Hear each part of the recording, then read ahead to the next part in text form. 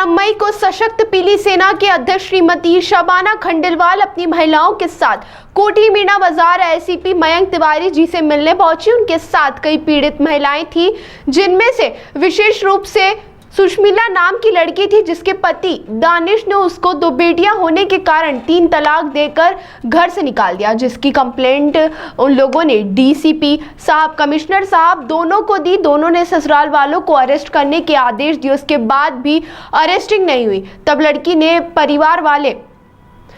के परिवार वाले एसीपी मयंक तिवारी से मिलने पहुंचे। उन्होंने भी आश्वासन दिया, पर अरेस्टिंग नहीं हुई। सशक्त पीली सेना मयंक तिवारी जी के ऑफिस पहुंची, जहां पर उन्होंने धरना भी दिया।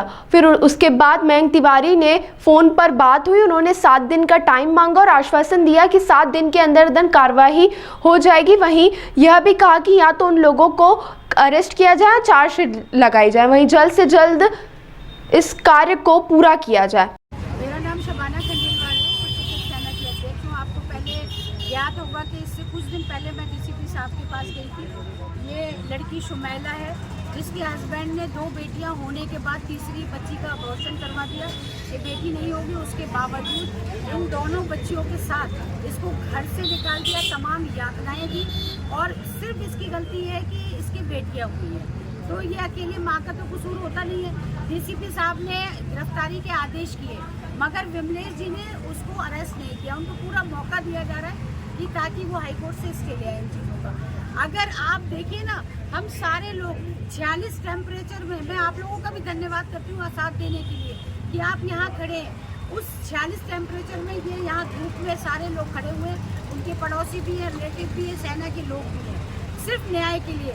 मयंक जी ने आश्वासन दिया था कि हम अरेस्ट करेंगे, मगर अभी मेरी उनसे बात हुई है। मयंक जी ने कहा कि मैं कोर्ट में हूँ, मुझे सिर्फ 7 दिन का मैम टाइम दीजिए, मैं उन लोगों को अरेस्ट करूँगी।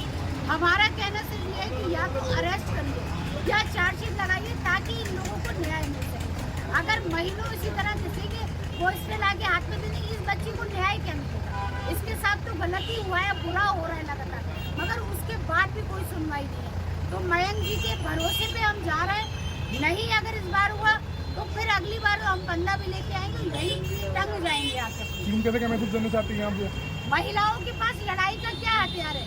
चिमटे हैं, बेलन है, बस यही बजाएंगे और अपनी आवाज़ जनता तक पहुंचाएंगे। क्योंकि हमारे परम आदरणीय योगी आदित्यनाथ जी का कहना है, बेटियों की रक्षा, बेटियों की सुरक्षा, बेटियों का मान, बेटियों का सम्मान कहाँ हो रहा है? आज भी प्रताड़ित हो रही है बेटियां, बच्चियां, और बच्चियों के नाम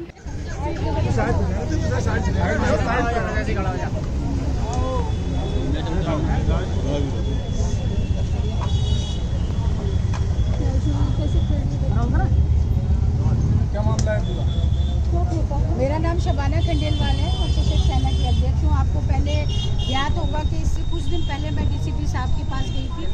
ये लड़की शुमैला है, जिसके हस्बैंड ने 2 बेटियां होने के बाद तीसरी बच्ची का अबॉर्शन करवा दिया।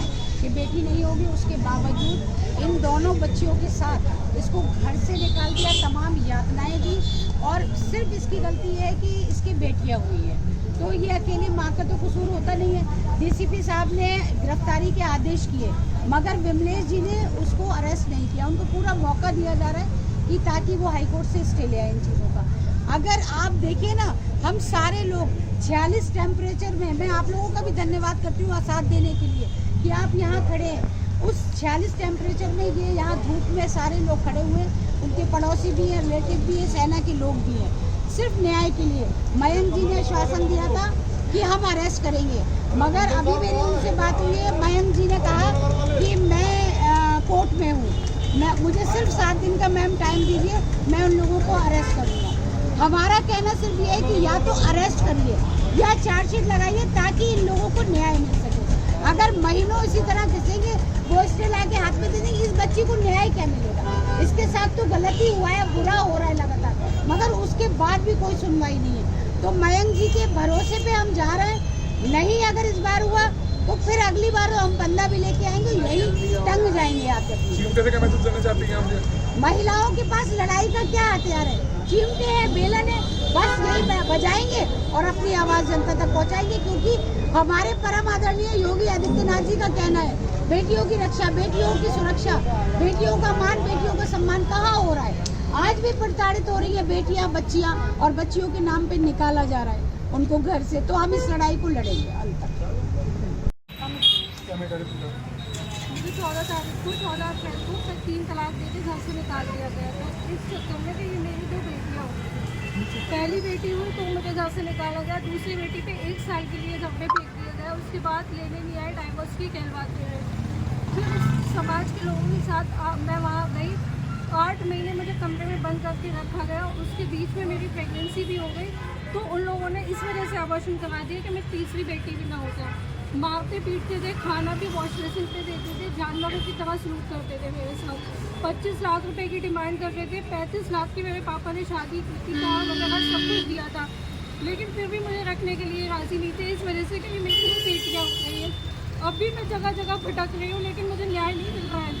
वो लोग आराम से बैठे हुए, अपनी दुकानें खोल के बैठे हुए, लेकिन उनकी कोई गिरफ्तारी नहीं हो रही है। हर जगह हम जा रहे हैं, हमें यही मिल रहा है कि कुछ नहीं हो रहा हमारे साथ।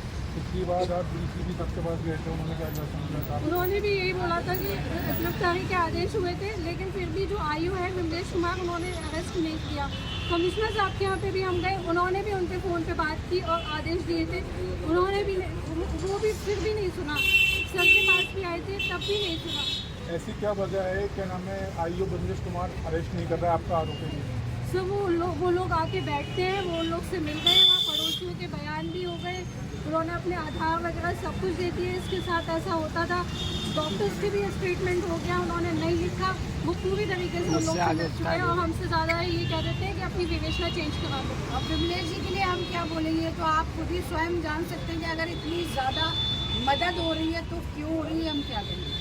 ये तो प्रशासन